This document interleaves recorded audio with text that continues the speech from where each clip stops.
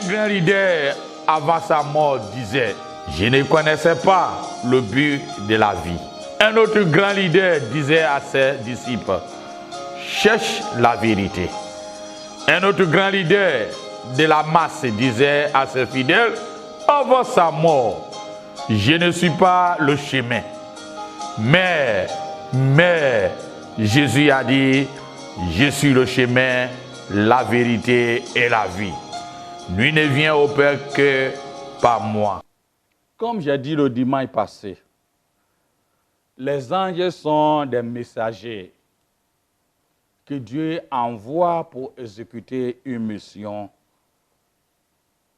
pour ces créatures comme toi et moi. Les anges sont des serviteurs. Ils annoncent aussi la parole. J'avais expliqué. Mais les anges, j'avais expliqué aussi qu'ils sont des esprits célestes. Ils ont des ministères que Dieu les a envoyés. L'Écriture décrit les anges comme des ministères, comme des esprits des ministères, envoyés pour servir ceux qui ont hérité le salut. J'ai dit le dimanche passé que beaucoup de personnes n'arrivent pas à discerner la différence entre les anges et l'œuvre des anges et l'œuvre du Saint-Esprit. Et d'autres personnes même les adorent et croyaient. C'est vrai, la Bible nous dit qu'ils sont des êtres supérieurs par rapport à nous, mais ils sont aux commandes de l'humanité, des êtres comme toi et moi. De Pierre, chapitre 2, verset 11, nous dit, les anges sont supérieurs en force et en puissance, mais ils sont aux commandes de toi et moi. Ils sont aux commandes de toi et moi. Mais comprenez aussi, les anges ne sont pas soumis à la loi de la nature. À la loi de la nature. Regardez à des Apôtres, chapitre 12, verset 7. Lorsque Pierre était en prison, par exemple, il était entouré des gardiens de la prison. La Bible dit ceci. L'ange du Seigneur vient sur lui et une lumière brillante dans la prison. Et il frappa Pierre sur son côté en disant, lève-toi vite, et ses chaînes sont tombées de ses mains. Lisez ensemble. Il disait, l'ange de Dieu était entré dans cette prison, même si elle était sécurisée par des balles d'acier et gardée par l'armée. L'ange n'est pas soumis à la loi de la nature. Lorsque les 3 enfants hébreux étaient jetés dans la fournaise, chauffée 7 fois plus que le chaud, que la température habituelle. La Bible dit que l'ange marchait au milieu de cette fournaise brûlante et était indemne. Dans Daniel 3, verset 28. L'ange ne sont pas soumis à la loi ordinaire de la nature. Aucune distance ne les fatigue. Aucun feu ne peut les brûler. Aucune barrière naturelle ne peut les entraver. Les anges sont des êtres spirituels, non soumis à la loi universelle physique. Mais, avec toutes ces caractéristiques et le fonctionnement que je viens de dire, pourquoi nous ne devons pas adorer à ces anges?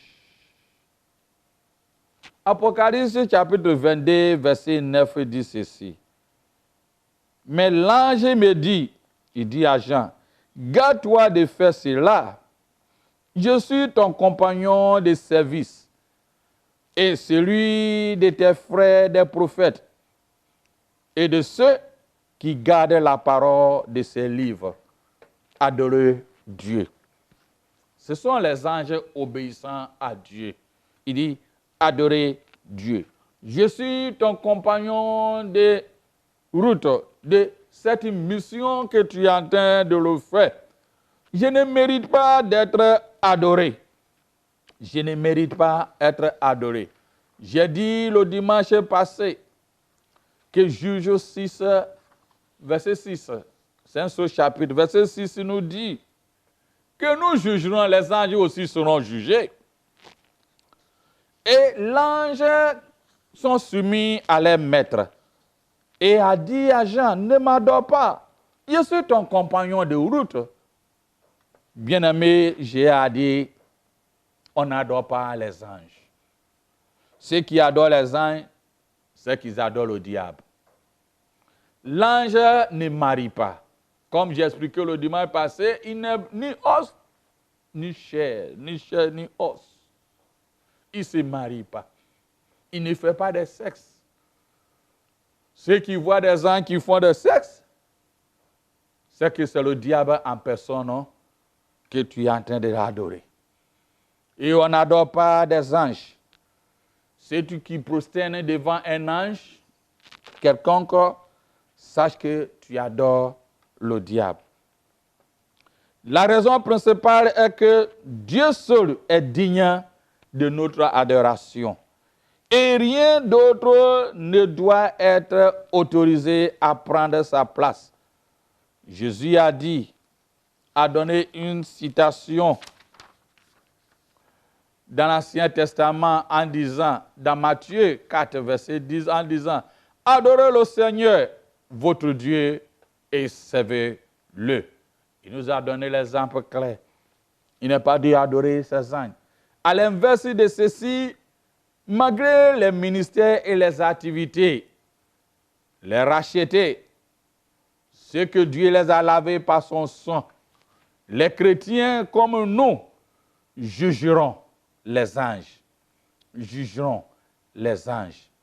1 Corinthiens chapitre 6, verset 3 dit, ne savez-vous pas que vous jugerons les anges? Et nous ne jugerons pas, à plus forte raison, les choses de cette vie. Si Dieu nous a donné cette capacité, au dernier jour à juger les anges, quelle est l'importance d'adorer ces anges-là? Que vous l'adorez sont que des diables, des démons, des désobéissants, qui ont revolté. J'ai dit que je vais développer la mission du Satan. Ils voulaient leur autonomie. Alors ils ont désobéi à leur maître. Et ils sont devenus tels qu'ils sont. Ils n'avaient pas d'autre issue. Toi et moi, nous avons un issue. Quand bien même le mal est là, le sang de Jésus te purifie. Mais eux, ils ont eu leur diplôme réservé. Déjà, l'enfer est là pour eux. Alors, il veut tirer l'épingle pour que tu l'adores. Tu veux les ressembler en adorant les anges, peu importe les noms qu'on les donne. Regardez même le dimanche passé, j'avais cité les chérubins qui louaient, qui couvraient l'Arche de l'Alliance. Il n'y a qu'eux-mêmes adorer le Créateur. Le séraphin, nous avons la tendance à prendre des gens, les séraphins et les chérubins croyaient qu'ils sont supérieurs comme la parole de Dieu dit et ils se prosternent devant eux. Vous adorez le diable en personne. Vous adorez les mamies en personne. Que Dieu vous aide, qui ouvre vos yeux, qui vous donne la capacité à se séparer de ces esprits impurs qui réclament adoration. Jésus nous a dit, adorez votre Dieu le Seigneur et servez-le dans Matthieu 4, 10. Et Paul nous a confirmé dans 1 Corinthiens 6, 3 que nous jugerons les anges, malgré qu'ils sont supérieurs, que Dieu les a mis à notre disposition, c'est des agents exécuteurs. Nous allons les juger. Christ est notre seul médiateur avec Dieu, notre Messie, Yahweh, Yoshua, est le médiateur entre nous et Dieu. Les anges sont que des agents exécuteurs, messagers. Cependant, le problème d'adorer des anges est que cela oblige des gens à croire qu'ils doivent passer par les anges avant d'avoir pouvoir aller à Dieu. Vous êtes échoués. Que Dieu vous aide, qu'il vous ramène, qu'il ouvre vos yeux et il allume vos intelligences et votre cœur pour mieux connaître. 1 Timothée 2, verset 5 nous dit clair, car il n'y a un seul Dieu, il y a un seul Dieu, un seul médiateur entre Dieu et l'homme, homme Christ Jésus. Adorer les anges nous inciterait à nous concentrer davantage sur les êtres créatures. Comme je dis, ce sont des créatures humaines plutôt que Dieu. Lorsque nous adorons les anges, nous oublions le fait qu'ils sont simplement des agents et des messagers que Dieu les envoie pour nous. Les anges qui acceptent l'adoration sont des démons. C'est le moyen le plus sûr pour vous se distinguer entre le véritable ange de Dieu et un démon. Un ange de Dieu n'accepte pas adoration, tandis que l'ange, les mauvais anges du diable, acceptent l'adoration. Alors, si vous voyez un ange qui accepte l'adoration, sache que c'est du diable.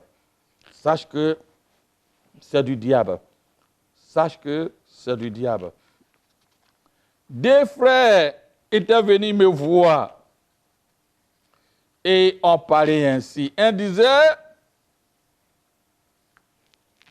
il a eu un rêve et il voit un esprit brillant, clair, étincelle, joli,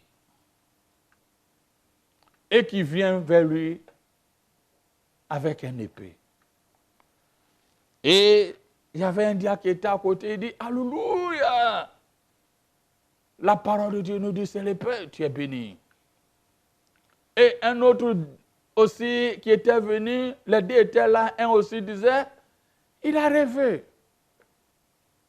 Mais il a vu que il était avec son collègue, mais l'esprit qui venait, il était clair.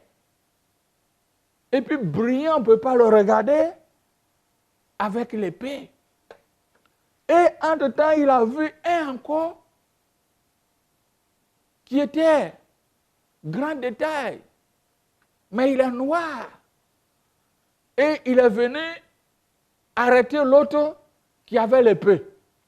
Donc, ça fait épée là et ça fait palabre.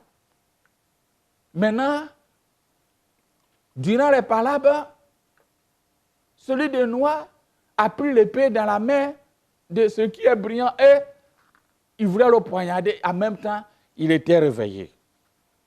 Donc, le pourquoi ils étaient venus est qu'il y a eu palabre entre les deux. L'autre dit, il a arraché son bonheur parce qu'il est Satan. Pourquoi il y a la lumière, l'ange qui vient avec l'épée? Et puis, l'autre est venu arracher. Il dit, mon frère, c'est pas parce que tu vois noir et que c'est du diable. Le diable même, on appelle astra brillant. Qui est là, c'est pourquoi le latin dit Lucifer. Astra brillant, qui est en latin. Lucifer, c'est son nom ça. Astra brillant. C'est une étoile éclairante. Donc, ce n'est pas parce que tu as vu ce qui est blanc, veut dire qu'il est de Dieu. Il vient avec l'épée, il a dit quoi? Si c'est Dieu qui l'avait envoyé, le noir là ne pourrait même pas le terrasser. Quand bien même il était à terre, il y aura un second qui va venir le secourir, comme Gabriel et Michel, que le Satan empêchait Daniel d'avoir ce qu'il pourrait avoir. Mais Dieu a envoyé un secours. Mais s'il n'y a pas eu un secours, et il a terrassé ce qui est de la lumière, et il a mis épée sur lui, ça veut dire que c'est ton ange gardien qui est venu. Il dit, mais il est noir. Il dit, hey, le noir ne signifie pas que le démon, et le blanc ne signifie pas que Dieu. Donc, ceci me fait comprendre et que nous devons faire attention quand nous rêvons. Ce n'est pas tous les rêves que nous faisons et nous voyons ce qui est blanc et brillant et que c'est de Dieu. Le diable même est tellement beau. Satan lui-même, comme la Bible, je vais décrire dans mes prochains messages, c'est un astre brillant, étoile du matin. Il est beau. Aujourd'hui, on met les cônes. Je vais donner un exemple simple. Regardez ceux qui font les démons, délivrant des démons. Les démons là ne prennent pas ceux qui sont des vilains. C'est des belles ou des beaux hommes. Il aime ce qui est bon. C'est ça. Parce que lui-même, il est beau et il est belle. Il prend ce qui est bon. Donc, quand tu vois des possédeurs, regarde bien les teints. Regarde bien leur physionomie. Vous allez voir qu'ils sont des beaux et des belles. Cela ne veut pas dire que tous les autres créatures ne sont pas beaux et belles. Mais l'ennemi, le diable, aime sélectionner. Il aime ce qui est bon.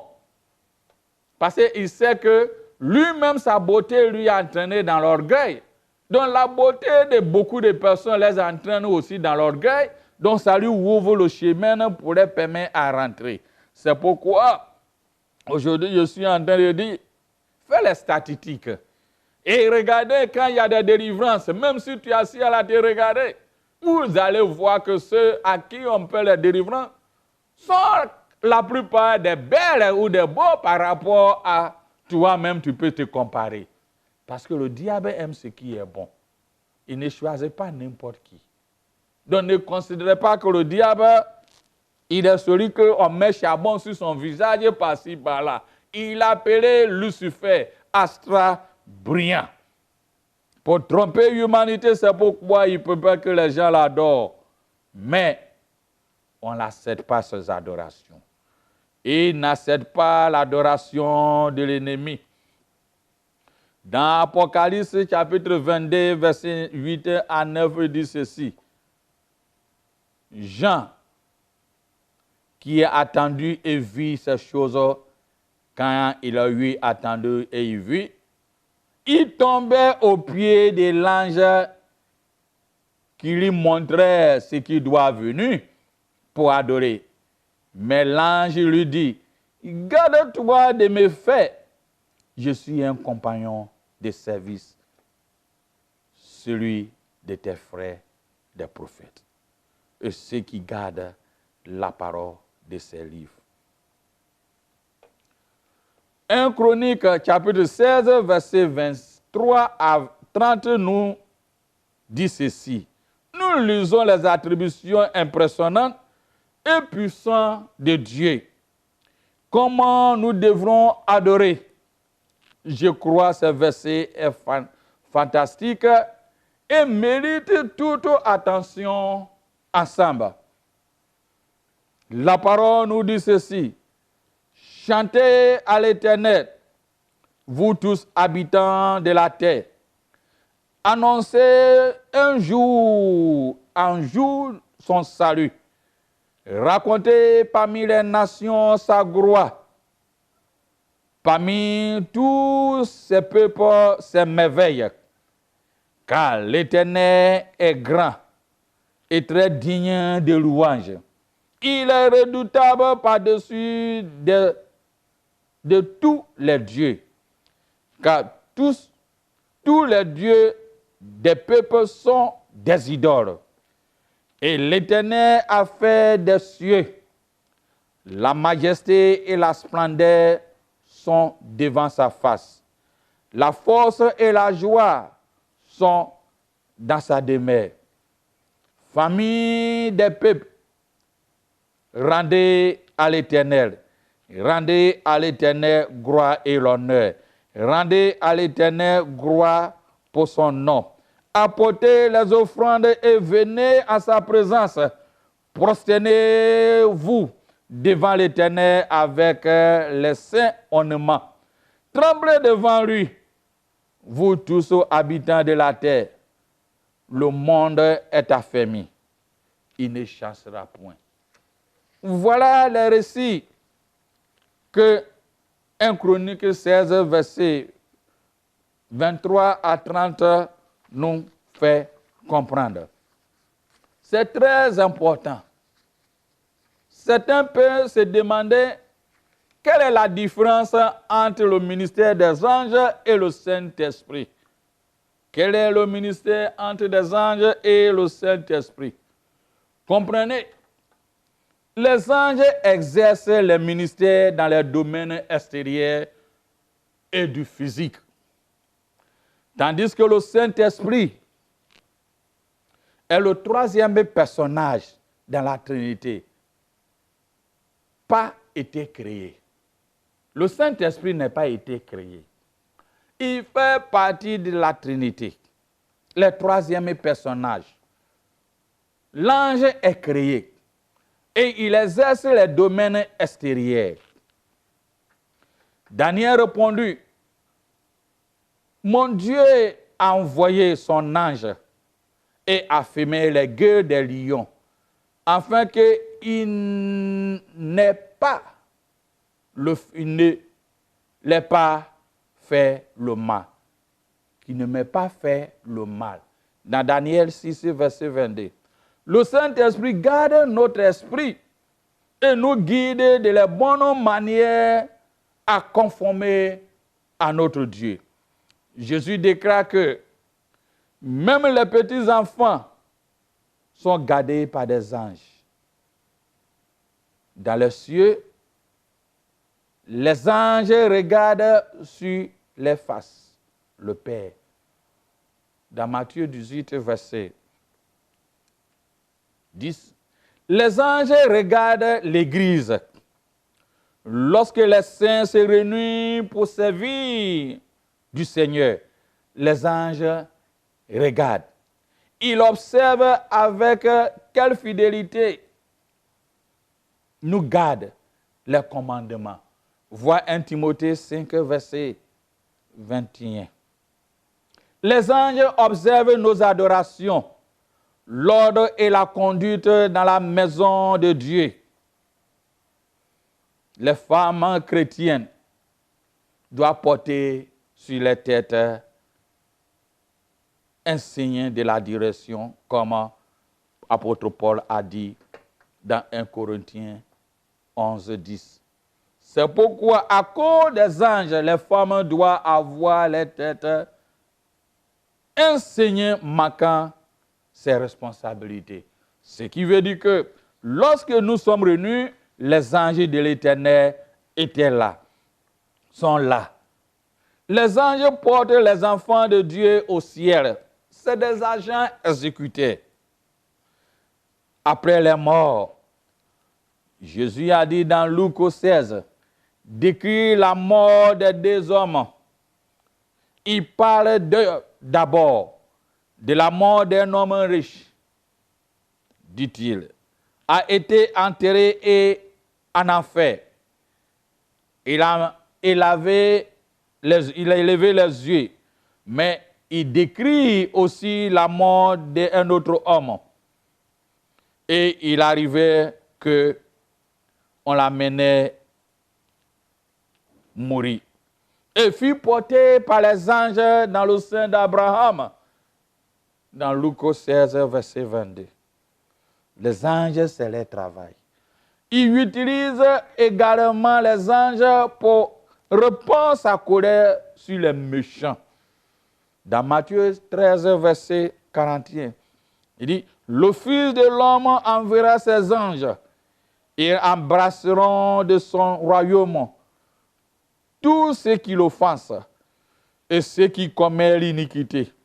Ils les jetteront dans les fournaises du feu. Il y a gémissement et grémissement des dents. Les anges sont des agents exécuteurs, sont différents de l'Esprit de Dieu. L'Esprit Saint fait partie de la Trinité. Les trois personnages. Il est infini, il est incréé, il est inchangeable. Mais les anges sont des créatures soumises au jugement. Regarde la différence. Christ est supérieur aux anges. Il est supérieur aux anges. Il est supérieur aux anges. Regardez Hébreux 1, verset 1 à 7, il dit, après avoir autrefois, à plusieurs reprises et à plusieurs manières parlé à nos pères par des prophètes, Dieu, dans ces derniers temps, nous parle par le Fils et qu'il a établi héritier de toutes choses, par lequel il a aussi créé le monde et qu'il est étant le reflet de sa gloire et l'empreinte de sa personne, soutenant toutes choses par sa parole puissante, a fait la purification des péchés et s'assit à la droite de sa majesté divine, dans les cieux très hauts, devenu l'autel supérieur aux anges, qu'il a hérité d'un nom plus excellent que les. Regardez souvent certaines personnes vont à l'église. Ils parlent que aux anges. Oh, voici l'ange. Oh, voici l'ange. Ils parlent moins de Christ. Mais nous n'adorons pas aux anges. Nous adorons Dieu. Il continue en disant, car lequel des anges a-t-il dit? Jamais dit. A-t-il jamais dit? Tu es mon fils. Je t'engendrerai aujourd'hui. Et encore, je serai pour lui un père, et il sera pour moi un fils. Lorsqu'il introduit de nouveau dans le monde le premier-né, il dit que tous les anges de Dieu l'adorent. De plus, il a dit à ses anges, celui qui fait des anges ses vents et ses serviteurs des flammes de feu. Bien-aimé, que Dieu ouvre tes yeux. Comprendre que peu importe ce que l'ange vous fait, c'est un agent exécuteur, messager, annonceur, qu'il apporte ce que son maître lui dit de venir te donner. Ne prosternez jamais devant les anges. Et sache que le Saint-Esprit est supérieur aux anges. Et voici Hébreux 1, 1 à 7 que nous venons de lire, que Christ est supérieur. Dieu le Père, le Fils et le Saint-Esprit n'est pas compatible. On ne peut jamais comparer. Ça ne marche même pas. Ça ne marche pas. C'est comme tu prends un vélo à un Range Rover. Ça ne marche même pas. Ils sont des créatures que Dieu les a créées. Mais nous, les hommes, nous allons les juger encore de plus. Alors, ne porte pas tes regards pour les adorer. Mais au contraire, sache qu'ils existent. Et ils sont à tes services. C'est une grâce que Dieu le fait. Si Christ a d'avenir, nous allons développer le Lucifer. Le diable avec ses acolytes. Comment il est devenu. Comment le mal est venu dans le monde. Que Dieu vous bénisse. Un grand leader, avant sa mort, disait, je ne connaissais pas le but de la vie. Un autre grand leader disait à ses disciples, cherche la vérité. Un autre grand leader de la masse disait à ses fidèles, avant sa mort, je ne suis pas le chemin. Mais Jésus a dit, je suis le chemin, la vérité et la vie. Nul ne vient au Père que par moi.